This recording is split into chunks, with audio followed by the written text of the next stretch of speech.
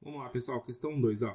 Considere a função de R2 em R definida por f de xy igual a xy menos x menos y. Encontre os pontos críticos de f e depois a gente vai classificar como ponto de cela, ou ponto de máximo local, ou ponto de mínimo local. Certo? Então, assim, repara que da questão 1 para a questão 2, mudou algumas coisas, né? Então, eu preciso reparar o que mudou. Primeiro, eu estou trabalhando com uma função só.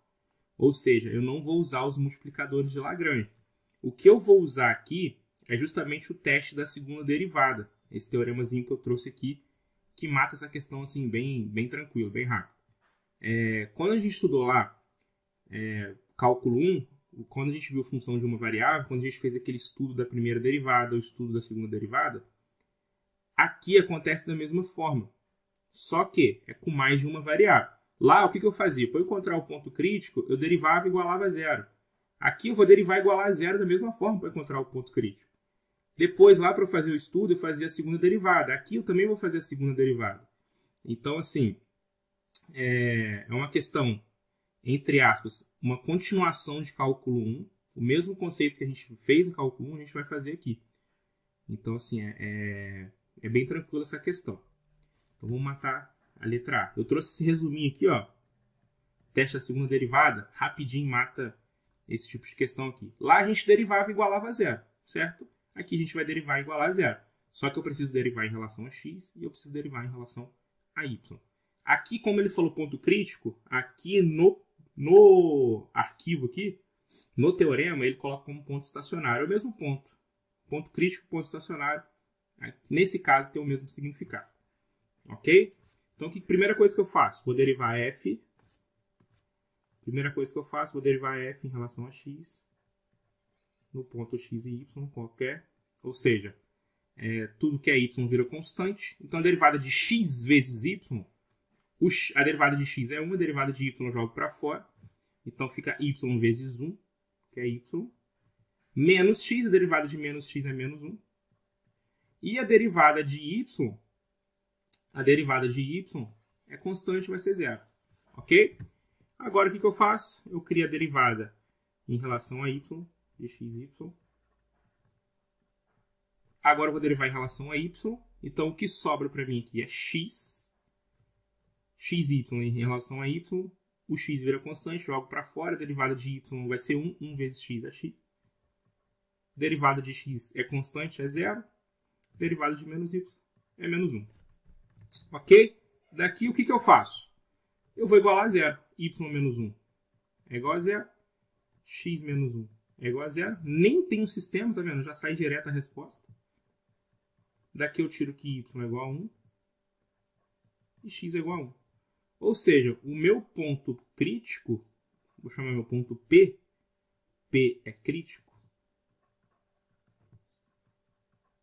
Vai ser o ponto P igual a 1, 1. Certo? Então, a gente já achou o ponto crítico. Agora, eu preciso saber se esse ponto ele é mínimo local, é um ponto máximo local ou é um ponto de célula. Então, para isso, eu preciso calcular a matriz hessiana, né? Matriz hessiana, famosa. Aqui, no gabarito, ele traz assim. Eu prefiro fazer realmente a matriz. Certo? Então, o que eu tenho?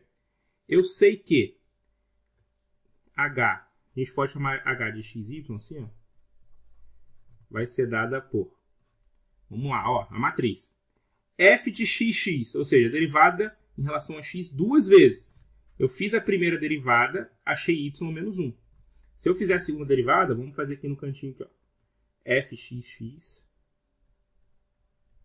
de xy vai ser igual. Agora eu vou pegar essa derivada e derivar em relação a x de novo.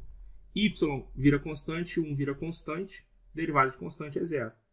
Então, a derivada de x, a segunda derivada de x vai ser igual a zero. O que eu faço agora? A derivada de y no ponto xy vai ser igual a... agora eu vou pegar essa derivada de baixo e derivar em relação a y de novo. Opa, o x é constante, menos 1 é constante. Então, vai ser zero da mesma forma. Aí, o que eu vou fazer? Eu vou pegar a derivada de f que eu derivei em relação a x, agora eu vou derivar em relação a y. De x, y. Então, eu vou pegar essa derivada aqui, ó, e derivar em relação a y. Ok? Então, vai ficar y menos 1 em relação a y, a derivada de y é 1. E a derivada de menos 1 é constante, então vai ser 0. Então, a derivada de x depois em relação a y vai ser igual a 1. E a derivada de y depois em relação a x, no ponto xy, vai ser... Eu vou pegar a derivada que eu a função que eu derivei em relação a y, que é x menos 1, e vou derivar em relação a x. A derivada de x é 1. Repara que essas duas derivadas necessariamente têm que ser igual. Então, a gente nem precisava fazer esse passo, porque necessariamente tem que ser igual. Mas é uma forma de conferir, né? Se realmente está igual e tudo mais. Então, assim, bateu, deu um 1. E vou jogar no determinante, ó. F de xx eu vi que é 0. F de xy eu vi que é 1. F de yx eu vi que é 1. E F de yy eu vi que é 0. Calculando esse determinante aqui, só que eu quero essa hessiana no ponto crítico, que é 1, 1. Só que como tudo aqui é constante, não vai alterar, né? Não vai alterar, vai continuar constante. O determinante vai ser... Perdão, aqui é 1 e aqui é 0. Então, o determinante vai ser 0 vezes 0 menos 1 vezes 1. No final tem o menos 1. Ou seja, a hessiana no ponto 1, 1 é igual a menos 1, que é menor do que 0. Quando é menor do que 0, ó, esse P, logo P é um ponto de célula. Ok? Então aqui eu já posso parar, não preciso fazer mais nada. Caso desse um valor positivo, eu teria que ver a segunda derivada se é maior que 0 no ponto, ou se é menor que 0. Aí eu saberia se é ponto de mínimo ou ponto de máximo. Ok? Então, como a minha hessiana já deu menor que 0, logo esse ponto é um ponto de célula. E com isso a gente conclui a letra A. Daí, a B é bem tranquilo, né? Vamos matar a letra B agora. O que a gente percebe? Ó, a gente percebe que é verdade que a função f assume valores extremos em x igual a xy pertencente ao R2, tal que módulo de x mais módulo de x é menor ou igual a 2. Cara, esse menor ou igual a 2 aqui, que é a minha conclusão. Por quê? Porque f eu sei que é contínua. Eu sei que f é contínua. Tá vendo? O f pode assumir qualquer valor, não tem problema, não tem restrição nenhuma. E eu sei que x é compacto. Por que compacto? Porque a minha desigualdade ela é fechada. Então, é limitada e fechada. Logo, é compacto. Tá? Quando a gente está falando dos reais, né? Então, assim, eu sei que x é um conjunto compacto. Se f é contínua e x é compacto, logo f assume valores extremos. F assume valores extremos. E pronto, a gente mata a questão aí. Acabou. É só justificar, né? Então, o que poderia acontecer de errado aqui?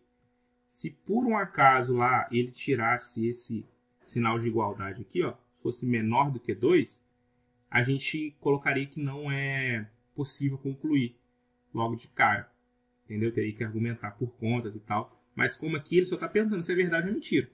Se por acaso não fosse fechado, a gente poderia falar que é inconclusivo. Como é fechado, a gente pode dizer sim que é verdade. É verdade que f assume valores extremos nesse conjunto. E uma vez que um 1 pertence a x, não tem nada a ver. Isso aqui é só para confundir mesmo um pouco. Por quê? Porque o que garante mesmo é que f é contínuo e x é compacto. Pronto. Logo, f assume valores extremos dentro desse conjunto aí. Ok? E com isso a gente conclui a questão 2. Então, assim, é muito importante esse teoremazinho aqui. Mas, assim, é uma continuação lá de cálculo 1. Do estudo da primeira derivada, segunda derivada. Aqui é exatamente a mesma coisa. Ok? O que muda é que acrescentou mais uma variável. Então, eu derivo em relação a x, derivo em relação a y, e igual a zero. Ok? Para achar o ponto crítico. Fechou? Bora para a questão 3.